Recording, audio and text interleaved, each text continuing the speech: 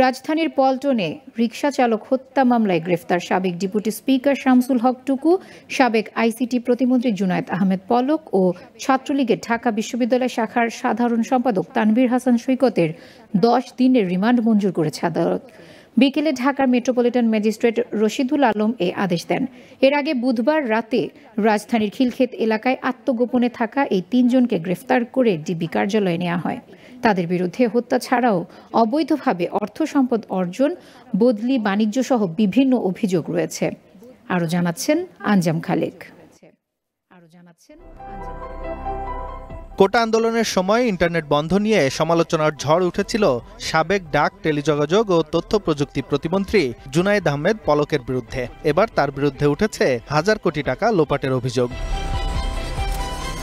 তথ্য প্রযুক্তি খাতের উন্নয়নের নামে একের পর এক প্রকল্প নিয়ে হাজার কোটি টাকা লোপাট করেছেন সাবেক এই প্রতিমন্ত্রী ও তার সহযোগীরা। এ খাতে ছিল না কোনো জবাবদিহি, ছিল না স্বচ্ছতা। কেননা পলক সব কাজই করতেন সাবেক প্রধানমন্ত্রী শেখ হাসিনার ছেলে ও তথ্য প্রযুক্তি উপদেষ্টা সজীব ওয়াজেদ জয়ের নাম ভাঙিয়ে।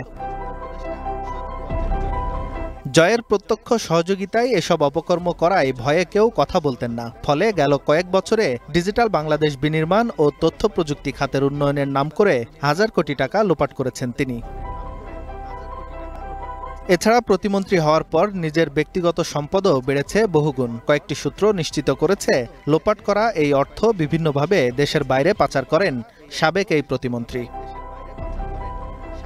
অভিযোগের অন্ত নেই তার স্ত্রী কণিকার বিরুদ্ধেও। সরকারি প্রাথমিক বিদ্যালয়ের সহকারী শিক্ষিকা হওয়ার পর উদ্যোক্তা হয়ে বিভিন্ন সরকারি প্রকল্পের কাজ করে আঙ্গুল ফুলে কলাগাছ হয়েছে তার। শেখ হাসিনা সরকারের পদত্যাগের পর 6 আগস্ট বিকেলে বিমানবন্দর দিয়ে দিল্লি যাওয়ার সময় জুনায়েদ আহমেদ পলককে আটকে দেয়া হয়। এদিকে 13 আগস্ট পলক ও তার স্ত্রী আরিফা জেসমিন কণিকার ব্যাংক হিসাব জব্দ করে আর্থিক গোয়েন্দা সংস্থা বাংলাদেশ ফিনান্সিয়াল ইন্টেলিজেন্স ইউনিট। একইভাবে ক্ষমতায় থাকাকালীন সাবেক ডেপুটি স্পিকার শামসুল হক টুকুও অবৈধভাবে শত কোটি টাকা লোপাট করেছে বলে অভিযোগ রয়েছে। আর কোটা সংস্কার আন্দোলনের সময় 15 জুলাই ঢাকা বিশ্ববিদ্যালয়ে শিক্ষার্থীদের ওপর হামলার নেতৃত্ব দেওয়ার অভিযোগ রয়েছে ছাত্রলীগের ঢাকা বিশ্ববিদ্যালয় শাখার সাধারণ সম্পাদক তানভীর হাসান সৈকতের বিরুদ্ধে। সেদিন শিক্ষার্থীদের ওপর দফায় দফায় হামলা হয়, মারধর করা হয় ছাত্রীদেরও। গ্রেফতার 3 জনকে রিমান্ডে নিয়ে জিজ্ঞাসাবাদে হত্যা, দুর্নীতি, অনিয়ম সহ আরও গুরুত্বপূর্ণ তথ্য বেরিয়ে আসবে বলে মনে করছেন আইনশৃঙ্খলা বাহিনীর সদস্যরা।